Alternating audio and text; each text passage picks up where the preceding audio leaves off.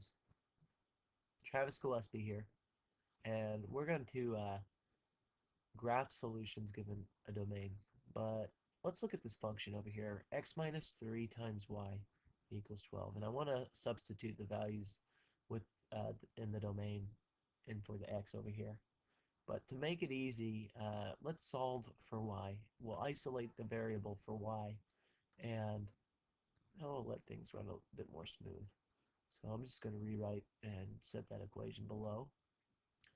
And now let's go ahead and solve. Well, the first thing you want to do is to isolate the variables to get rid of the variable x on this side. And that will help you solve for y. So since x is positive, I'm going to subtract x from both sides. Let me change colors here, guys. And now I'll subtract x. I got to do it for both sides. And now I have, on this side of the equation, negative 3y equals, I'm going to write the variable x first, negative x plus 12. We'll change colors again. And next step is, hey, y is being multiplied by negative 3. So to undo multiplication, I've got to divide by this value of negative 3.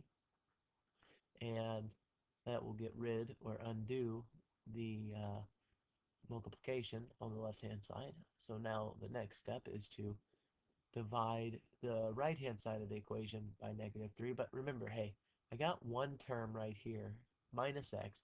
But I've also got a second term, plus 12, right here. So the next step is to divide both terms, the entire right side of the equation, by negative 3 as well. So what I really end up with here is,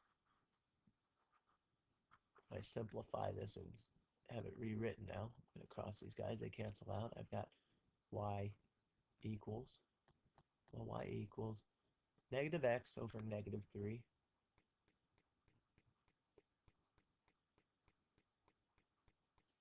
plus positive 12 over negative 3. Now the next step here, I'm going to change colors again, go back to green. Well, my next step, I'll just draw another arrow, is just to rewrite it and keep it nice, clean, and organized. So, well, I have y equals, well, minus x over minus 3, or negative x over negative 3. The two negatives cancel here. And I'm going to pull this 3 out. And what I'll end up doing is creating a fraction of 1/3, positive 1/3, times x. So I'll get rid of the multiplication symbol there. And now I'm going to subtract 4, because 12 over negative 3 is negative 4. So 1/3 x minus 4, y equals 1/3 x minus 4. Cool. So I'm going to take some of this important information that's written above and just replace it somewhere else. So let's take this and bring it down below, and also take this as well. So this is my new function for y. If I want to substitute the values of the domain within the domain for x. So now, having this information, in this chart, it's going to allow me to create some ordered pairs. And what I'm going to do is step 2. And step 2, what I'm doing in step 2 is I'm going to take those values in the domain and substitute them in for x. And that'll help me solve what the y value is.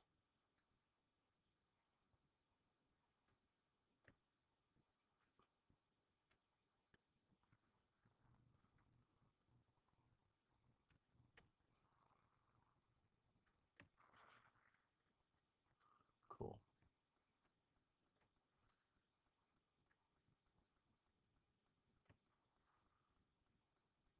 Alrighty. So it looks like I need about 2 and 4 and probably fifth one as well. We'll go here. Just making some rows and columns, guys. Oops. Don't want that, but I'll fix it. There we go. Don't want a diagonal either. Want these lines to be straight.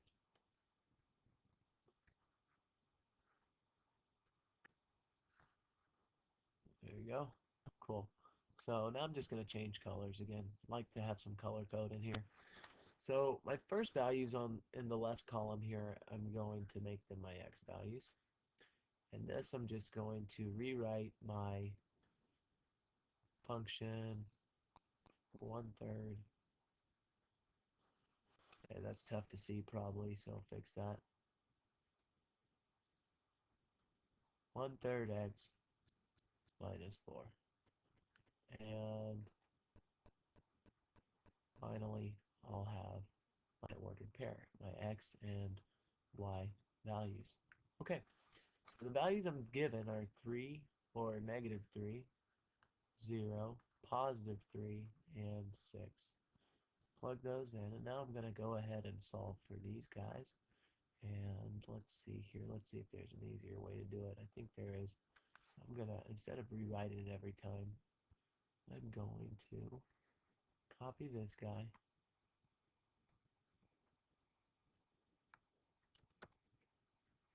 Cool. And nope, it's a little too large. So that didn't work. So what I'll end up doing then is I'll just write it out. Say, okay, well, y equals 1 equals 1/3 times, well, in this case, x is going to be -3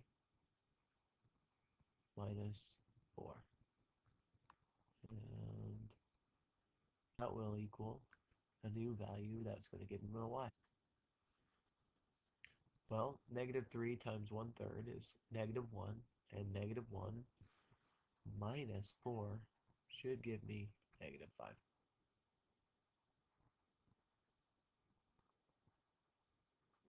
So my ordered pair here is -3, -5. And then my second value here is going to be, well, y equals 1/3 times, 0 in this case, minus 4.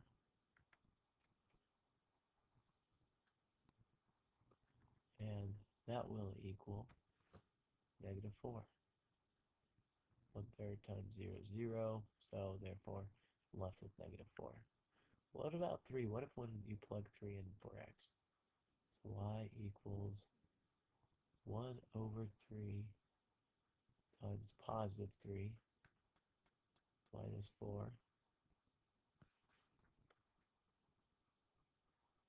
That's going to equal, well, 3 times 1/3 is 1, and minus 4, well, that's going to equal -3 right here.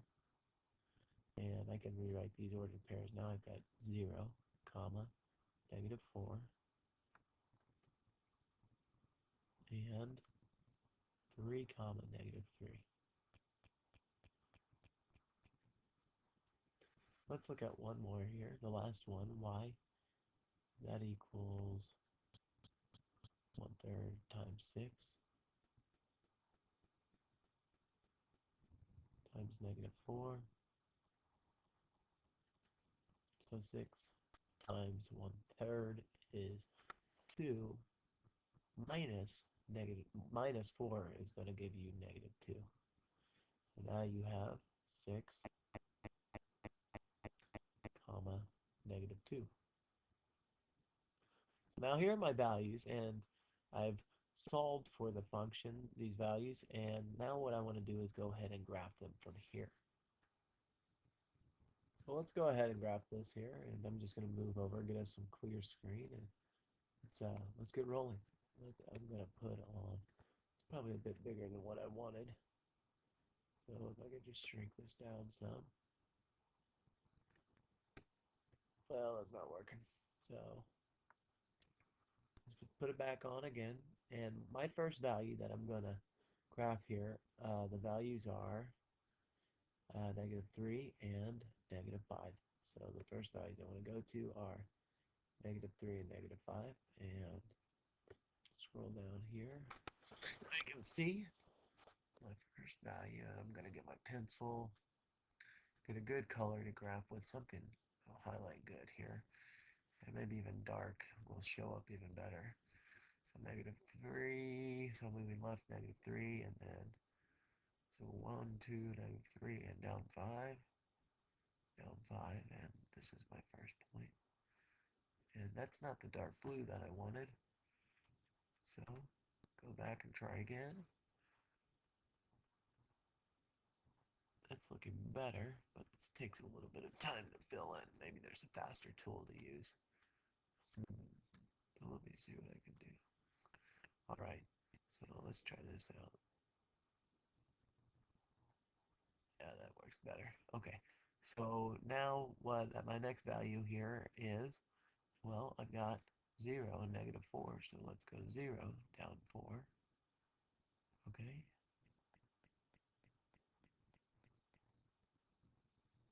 alrighty. And now I'm going to go to my next value. My next value is, well, 3, -3. So now moving 4 to the right, 3, and down 1, 2, and 3. Alright. And finally, I've got 6 and -2. So move down 6 along the x-axis and down 2. When I said down 6, I meant over 6 and down 2. Over 6 and down 2. And here are, it looks like I have a discrete graph because my points, they're distinct points that are not connected. Therefore, it is a discrete graph.